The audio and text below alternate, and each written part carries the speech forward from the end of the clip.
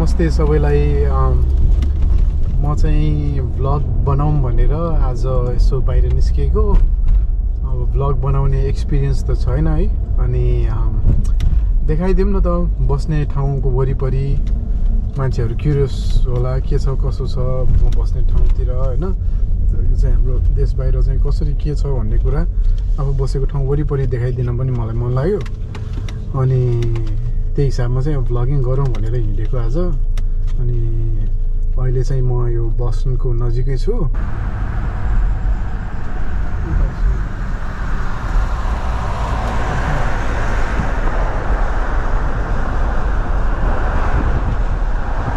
चाहिँ अब main downtown एरियातिर जाँदैछौँ भनौँ न।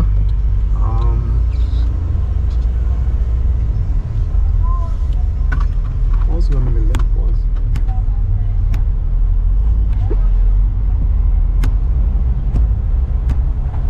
भिडियो पज कसरी गर्ने? Screen down.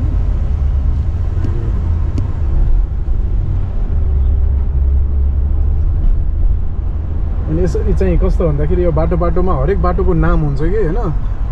अब नाम नभएको त बाटै छैन भनौँ न, नाम नभएको मान्छे छैन भने जस्तै हैन। अब हाम्रो नेपालतिर चाहिँ यस्तो बाटोहरूको नाम यसरी यो कर्नरहरूमा पोलहरूमा राखे हुँदैन है। अनि त्यसले गर्दाखेरि चाहिँ अब कुन कहाँ भनेर उ भइरहेको छ। अब जस्तै यहाँ चाहिँ हेर्नु माथि हेर्नु त यो म्यासाचुसेट्स एप भनेर लेखेको छ है। अनि अब त्यस्तो के हरेक बाटोको कर्नरमा चाहिँ ठ्याक्क बाटोको नामहरू लेखेर राखिदिया हुन्छ। अनि यो चाहिँ अब बस्ने एरियामा चाहिँ कस्तो छ भन्दाखेरि यो डाउनटाउन एरियातिर यो सबै रेजिडेन्सियल एरियाहरू बिल्डिङहरू हो कि। यहाँ चाहिँ मान्छेहरूको अपार्टमेन्ट छ होइन प्रायःको। अब यहाँ चाहिँ एकदम महँगो छ क्या तर होइन। अनि प्रायः घर चाहिँ अब यो पुरानो घरहरू जति पनि छ यो इटाले सिमेन्टले बनेको घरहरू छ क्या। तर नर्मली अमेरिकामा चाहिँ होइन घरहरू चाहिँ सबै प्रायः काठकै हुन्छ है। अनि यहाँ पार्क गर्नु पर्यो भने चाहिँ तपाईँले सिटीमा गएर जस्तै अब बस्नुको यो सिटी बस्नु हो भने यहाँको सिटीको भनौँ न तपाईँले के भन्छ अरे नगरपालिका भने जस्तै अब यहाँ सिटी हलमा गएर चाहिँ पर्मिट लिएर यहाँ म यहाँको बासिन्दा हो, मलाई चाहिँ यहाँको पर्मिट चाहियो, मेरो यो एड्रेस हो भनेर दिएपछि जस्तै कि तपाईँको इलेक्ट्रिक बिलहरू तिरे आउँछ त्यसमा तपाईँको एड्रेस हुन्छ होइन। त्यो केही प्रुफ लिएर गएपछि चाहिँ अनि उनीहरूले यहाँको यो ठाउँको यो मान्छे रहेछ, बासिन्दा रहेछ, रेजिडेन्स रहेछ भनेर उसलाई चाहिँ रेजिडेन्सको यो यहाँ बोर्डमा देख्नु भएको छ नि यता पोलमा हो त्यस्तो रेजिडेन्ट पर्मिट भनेर पार्किङ पर्मिट दिन्छ कि। अनि तिनीहरूले त्यो पार्किङ पर्मिट त्यहाँ टक्क स्टिकर चाहिँ त्यो गाडीको अगाडि टक्क ऐनामा हाले हुन्छ। अनि त्यो अनुसारले अनि मिटर चेक गर्न आउने मान्छेले त्यो गाडी पार्क गरेको लिगल छ छैन चेक गर्न आउने मिटर मेड भन्छ यहाँ होइन। तिनीहरूले चेक गर्न आउँदाखेरि चाहिँ अब त्यो स्क्यान गरेर जान्छ। अनि त्यो त्यहाँको हो भने चाहिँ उनीहरूले त्यतिकै छोड्छ, होइन भने अरूले पार्क गरेको छ भने त्यसलाई चाहिँ टिकट दिएर जान्छ। अब त्यो पहिला जमानामा $25 हुन्थ्यो, अहिले चाहिँ कति छ धेरै म बस्नु नआएको धेरै भयो यहाँ।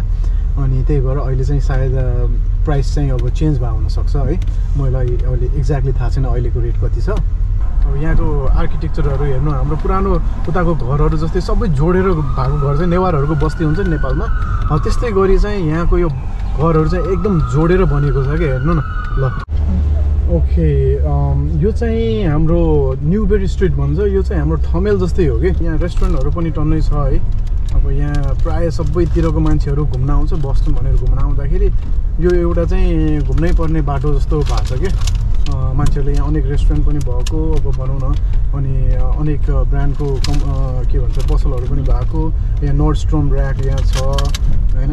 अब यहाँ अरू H&M पनि यहीँ छ होइन स्टोरहरू। सफोराको पनि छ। सफोरा भनेको चाहिँ हाम्रो यो मेकअपको किटहरू के जस्तै कि लिपस्टिकहरू यताउति यो सफोरा ब्रान्डको छ नि ऊ छ। अब के H&M भनेको लुगा कपडा किन्ने पसल भयो होइन। अनि अब हाम्रो अगाडिको यो गाडी चाहिँ सायद उबर हुनुपर्छ। हाम्रो नेपालमा पठाउ भने जस्तै हो होइन।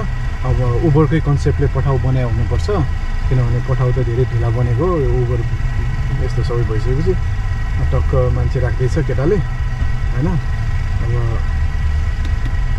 मान्छे लियो पिकअप गर्यो गयो। अब यस्तो यहाँ डबल पार्किङ त गर्न नहुने हो। डबल पार्किङ भन्नाले अब त्यहाँ गाडी पार्क गर्नलाई ठाउँ बनाएको छ, यहाँ पनि फेरि अर्को पार्किङ गरिदिएको छ यिनीहरूले होइन। त्यसलाई डबल पार्किङ भयो।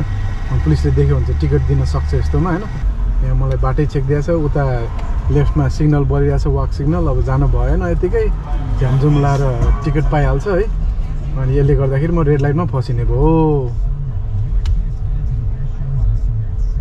अब यस्तो वाक साइन नआइकन ऊ पनि जान सकेन अब म पनि जाने कुरा भएन हैन अब मान्छेहरू पठाइदिएर अब रेड लाइटमा अब वेट गर्नै पर्यो हैन अनि अहिले चाहिँ उताबाट आउने गाडीको चाहिँ के भन्छ अरे ग्रिन लाइट भइरहेछ एकछिन वेट गरौँ अब यो केटाले मलाई अझै पनि जान देला जस्तो छैन राइटमा यसो मिल्ने गरी जानु पर्यो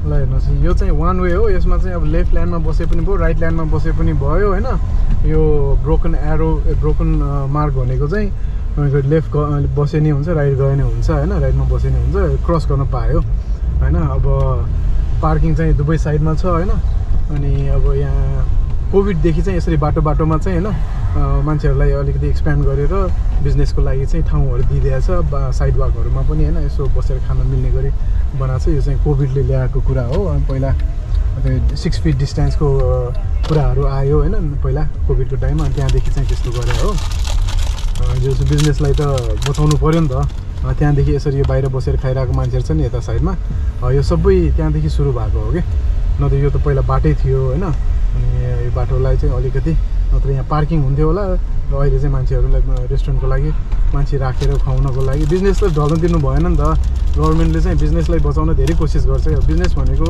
कस्तो भन्दाखेरि अब धेरै ट्याक्स दिने मान्छेहरू भयो कि अनि तिनीहरूलाई त बचाउनु गभर्मेन्टको कर्तव्य भयो नि त हजुरहरूले आज मेरो पहिलो भ्लग हेरिदिनु भयो त्यसको लागि धेरै धेरै धन्यवाद र म पछि फेरि अर्को राम्रो भिडियो लिएर आउने कोसिसमा छु त्यतिन्जेलसम्म फेरि भेटौँला हस् त धन्यवाद अनि मिल्छ भने सब्स्क्राइब पनि गरिदिनु होला थ्यांक यू बाई